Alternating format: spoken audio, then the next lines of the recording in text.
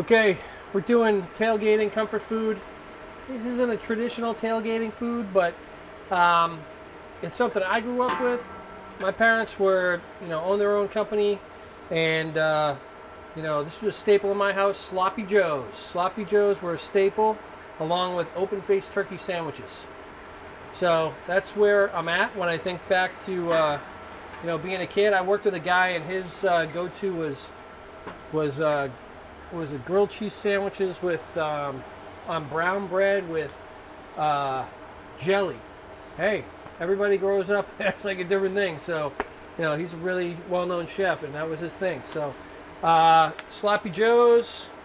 It's kind of a little sweet, kind of savory hamburger sandwich, and I like them sloppy. So. Otherwise, it wouldn't be owning up to the name, right? So, I've got the peppers and onions. I'm going to let these reduce down a little bit. Hit these with some salt and pepper. We've got a good amount of hamburger over there. Probably more than I think we have more sloppy than Joe in my family when I was growing up. It was more like, probably about 3 parts tomato and tomato paste and other stuff to 1 part meat, but I'm gonna amp it up a little bit here.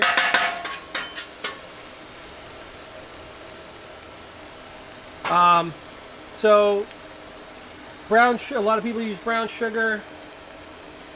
I grew up using we used molasses. That was Boston's a molasses type of a town, and that's the way we did it, and I like it. I think it's not as sweet as brown sugar, but I know people are traditionalists. This is just my version, so don't beat me up. Every now and then I'll post a video and people are like, "You're doing it wrong," or "You said it's this and it's not. It's something else." So, hey man, I'm just having fun cooking and trying to show people, some different things.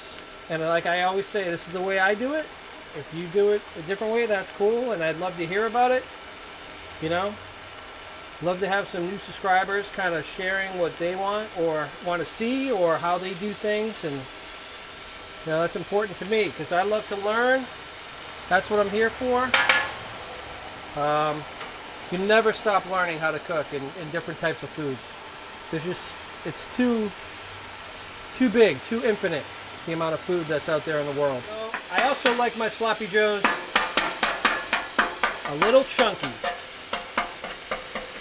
Because when you have 1/3 meat to 2/3 sloppy, you miss the meat part of it. So I like to get it nice and chunked up.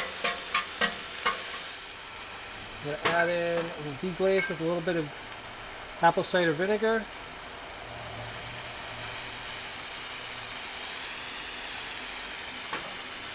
Add in my molasses and my tomato paste.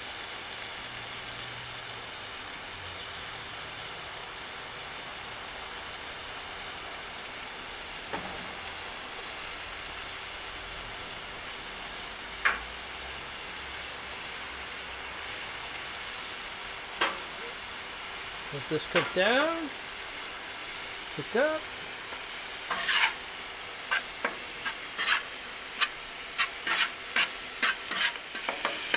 I think it smells great. I mean, I love that it's got that acid bite to it, slight sweetness. Definitely want to cook out that tomato paste, so it's not that raw kind of bitter tomato paste. This is gonna give it a lot more nuance. Letting it all cook together.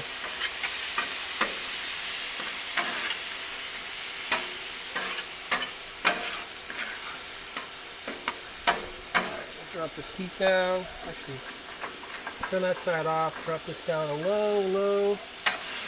Throw it over here. That's my chef's bonus right there. I'm gonna get some buns down. Doing lots of meat and buns today. That is a meat and bun type of day. Have to have a sesame bun with Sloppy Joe. I mean, it has to happen. There is no substitution. It's funny that my kids, like, I've only had this like once or twice, and I used to eat it I think once or twice a week. And definitely a little more salt and pepper. But it's like right there. All right.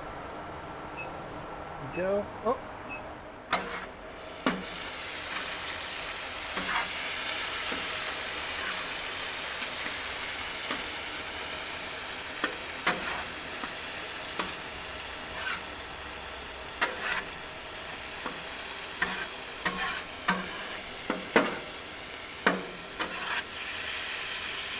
Bring the Sloppy Joes back. Decide here first.